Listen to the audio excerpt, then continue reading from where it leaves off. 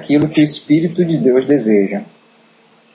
Coincidentemente, né, ele fez essa afirmativa, coincidentemente não, na verdade essa afirmativa me chamou a atenção, porque acho que sábado anterior a ontem, né, eu estava na igreja e acabei começando a pensar, né, durante o culto mesmo, acabei me envolvendo num pensamento justamente sobre os eventos finais, chuva serôdia, sobre isso tudo, né? Porque a gente pensa geralmente nesses eventos como algo que vem de Deus, né? Um presente de Deus, digamos assim. O que é a chuva serôdia? Vai chegar um momento em que Deus vai dizer, agora é a hora, derrama a chuva sobre eles. Só que na verdade no sábado eu comecei a pensar de forma inversa, né? Na verdade eu acho que isso é uma experiência que nós já temos, que já está à disposição, né? O que é que significa a chuva serôdia?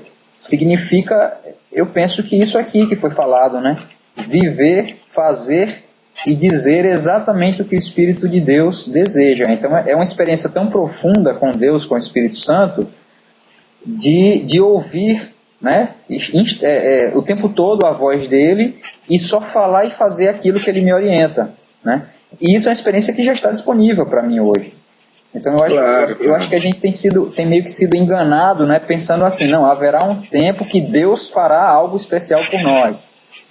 E a gente esquece de pensar assim, não, é taxativa nisso. Sim. Ellen White é taxativa nisso. Ela diz que é um engano as pessoas esperarem, né, um evento no futuro, quando hoje, agora está à disposição. Uhum. E não é apenas um evento coletivo, é algo muito pessoal. Muito pessoal. Não espere a igreja ser reavivada, não espere o pastor ser reavivado, né? Hoje cada um tem a oportunidade de receber a plenitude do Espírito Santo. Cada um. Hoje, agora, o derramamento da chuva serôdia. Uhum. Pois é, então cabe a gente, eu acabo, na verdade tem 4 anos que eu li esse livro, né? E já falei dele para outras pessoas, já presenteei, inclusive, né, algumas pessoas. Semana passada, inclusive, eu mandei um livro de presente para uma leitora do blog, né, a Morganinha, que é uma pessoa super participativa aí nas redes sociais. Está sempre ali no Twitter, verdade, minha companheira de Twitter, gente boa. Então, conterrânea, lá de Recife. Exatamente, da terrinha boa, né? E aí eu presenteei 2 seguidores, né, do Twitter, na verdade, e ela foi uma delas. E aí semana passada eu enviei esse livro justamente, o Batismo do Espírito Santo. Mas, assim, impressionantemente, parece que as pessoas não davam, né? Eu tenho um amigo mesmo que eu dei o livro para ele, eu já tenho 1 ano, 2 talvez, e eu perguntava sempre, já leu o livro? Ele, não li. E aí quando eu vi o senhor falando do livro e falando do tema, eu digo, eu preciso me juntar a esse parceiro aqui, porque a gente precisa falar muito disso. Porque a gente acaba dormindo, né, pastor, em relação a esse tema, e se a gente não acorda para ele, o restante, né, é a bola de neve também, foi falado, né, se a gente negligencia esse tema, e aí a gente pode partir, inclusive, para outras vertentes. Por exemplo, nossa igreja hoje ela é dividida em vários aspectos, né? Inclusive o Espírito Santo é um tema extremamente polêmico hoje em meio ao nosso povo. Existem muitos adventistas que querem descrer dele, e quando a gente estuda a importância dele, a gente sabe por que Satanás está atuando para que as pessoas desacreditem desse tema, né? Mas se nós fôssemos unidos nessa frase simplesinha aqui, ó, que o Richard disse, né? Ser cheio do Espírito Santo é fazer ou dizer exatamente o que o Espírito de Deus deseja.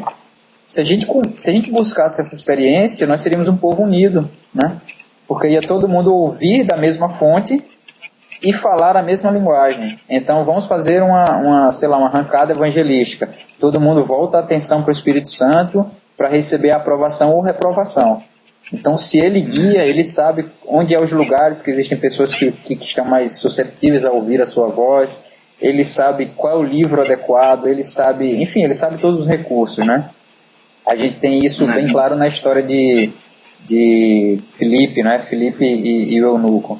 Filipe querendo pregar, né? E o eunuco querendo ouvir, né? Então, eu creio que essa é a experiência que Deus quer que a gente atinja, né? De ouvir a voz dele, se prontifique, Claro. e ele guia pessoas que já estão esperando, né? Porque às vezes a gente perde tempo com pessoas que nunca aceitarão o evangelho, né? É até complexo talvez falar sobre isso, mas existem pessoas que não querem, não aceitam. Karine mesmo, por exemplo, tem um amigo na faculdade que falou: eu gosto muito de rock, no céu não tem rock, então eu não quero ir para o céu e ponto, acabou. Então, infelizmente existe esse tipo de gente. Mas existem pessoas extremamente sedentas de ouvir, né? A gente está fazendo uma campanha aqui em Joinville, distribuindo nas 3 últimas semanas, a gente está distribuindo DVDs, né, com o pastor Luiz Gonçalves, do estudo O Grande Conflito. Ao todo serão distribuídos 60 mil DVDs. E um irmão da igreja estava com um DVD e na hora que ele foi entregar, a pessoa disse assim: eu estava orando para receber isso aqui. Eu fui na casa de um amigo e ele estava assistindo e eu só pude ver uma parte, mas eu fiquei extremamente interessado, mas eu não pedi para a pessoa, né, porque era dele. E ele, como ele falou que ganhou, eu queria muito e eu estava orando para receber. Então imagina o impacto que isso tem, né? Tanto para o cristão fazendo o trabalho, saber que alguém está esperando, quanto para aquela pessoa que estava sedenta, né? Então a pregação tem outra forma. Eu queria falar, inclusive, para quem vai estar nos assistindo, vai estar aí nos vendo, né? Eu queria dizer que existe uma experiência que espera por nós e talvez boa parte do nosso povo, inclusive aqueles que estão pregando, aqueles que estão fazendo evangelismo, aqueles que estão envolvidos nos pequenos grupos, ainda não compreenderam.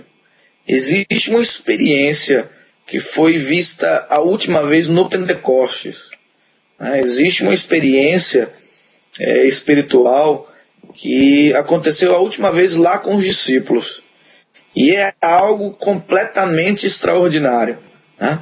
O que aconteceu com eles lá ocasionou a primeira grande explosão evangelística, né? E eu acredito que a pregação do evangelho na plenitude do Espírito, ela é diferente. Ela é diferente, né? O autor do livro ele diz assim, que nós faríamos talvez em semanas o que temos levado anos para ser feito. Anos para ser feito. 50 anos. Então, com certeza, ter a vida plena do Espírito Santo significa ser guiado pelo Espírito. Como você falou, falar as palavras do Espírito a quem o Espírito enviar. A quem o Espírito enviar. Então, acredito que seria uma experiência tão grande, seria a segunda maior explosão evangelística da história. A primeira aconteceu lá com os discípulos, e a segunda acontece agora, hoje, se você quiser, se você buscar.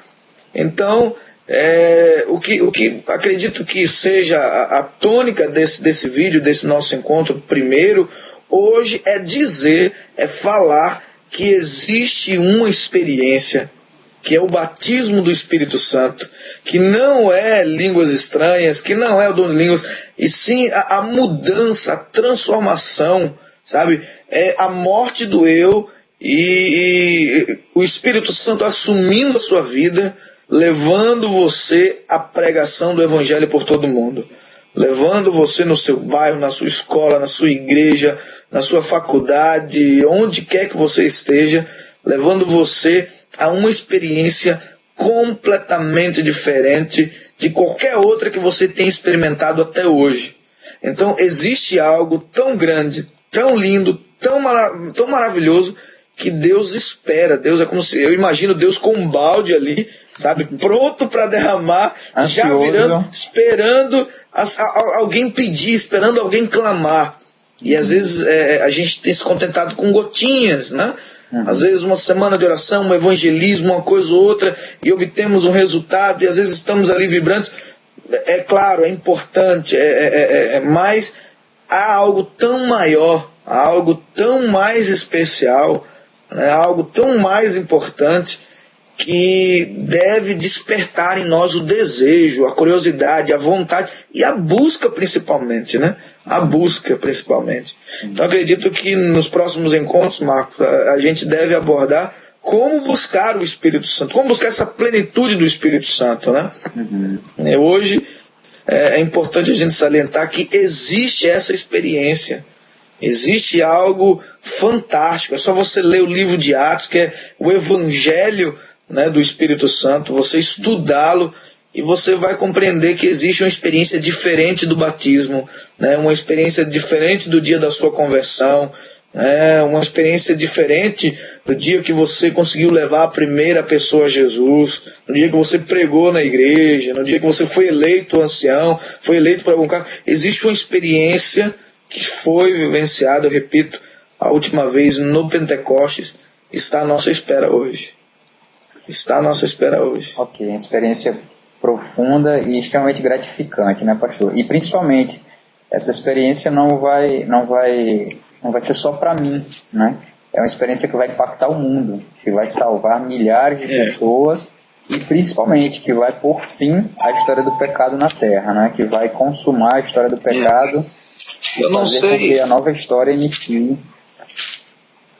Eu não sei, Martins, se de repente alguém tiver alguma dúvida, eu gostaria de ler textos muito conhecidos, né?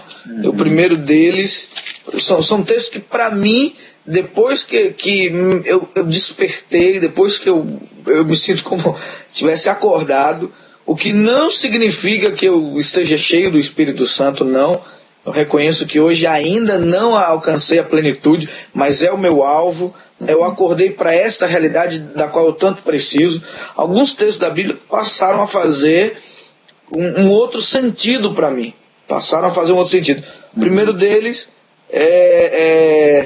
que eu li e realmente tocou muito no meu coração foi João, o Evangelho de João, no capítulo 7, a partir do verso 37. Eu queria dar uma base, né, escriturística para aquilo que a gente está falando, né, desse evento, desse algo diferente, isolado. E eu acredito que, por mais que algumas pessoas, Martins, às vezes escutem, né, que a igreja está falando de avivamento, de reforma, você taxar claramente que existe um evento isolado, né, pode assustar alguns, né? E a gente deve salientar e repetir que não confunda isso com línguas estranhas, não confunda isso, né, com o que muitas igrejas aí fora têm pregado, porque a Bíblia, a palavra de Deus, a autoridade suprema, ela mostra um evento diferente. Quando você estuda, você vê que pessoas foram plenas do Espírito Santo, falaram em línguas, elas falaram outros idiomas, né? Se você já falou isso, eu quero salientar, falaram outros idiomas, né? E o que a gente está falando não é apenas desse dom de uma experiência emocional, não estamos falando, né, de um dom que é concedido, mas é de uma transformação e uma capacitação a cumprir a missão, a pregar o Evangelho. E eu queria compartilhar alguns textos. João 7,37 diz o seguinte: no último dia, o grande dia da festa, levantou-se Jesus e exclamou: se alguém tem sede, venha a mim e beba. Né? Quem crê em mim, como diz a Escritura, do seu interior fluirão rios de água viva. Eu já tinha lido esse texto muitas vezes, né? Já é comum ouvir esse texto, mas esse texto passou a ter um significado muito profundo para mim, né? E algumas palavras passaram a fazer sentido, coisa que não faziam. A primeira coisa é: se alguém tem sede. Alguém tem sede. Hoje é necessário sentir essa sede. Né? E aí é onde é a diferença. Se alguém sentir sede. E é onde eu olho para mim, eu não sentia sede. Mesmo pregando do Espírito Santo, mesmo sendo um pastor adventista, eu não sentia sede. Eu não tinha visualizado essa experiência, eu não tinha entendido o que era isso. Né? Tinha o desejo de pregar o Evangelho, tinha o desejo de ver Jesus voltar, né? de levar pessoas a Jesus, mas a sede do Espírito é outra coisa. É outra coisa. E aí Jesus disse: se alguém tem sede, venha a mim. Venha a mim. Quem crê em mim, como diz as Escrituras, do seu interior fluirão rios de água viva. E aí vem a parte, para mim, que faz toda a diferença, que é o início do verso 39, que diz: isto ele disse com respeito ao Espírito que haviam de receber os que nele crescem. pois o Espírito até aquele momento não fora dado, porque Jesus não havia sido ainda glorificado. Isso passou a fazer um sentido completamente diferente no verso 39 para mim. Sim, experiência nova, né?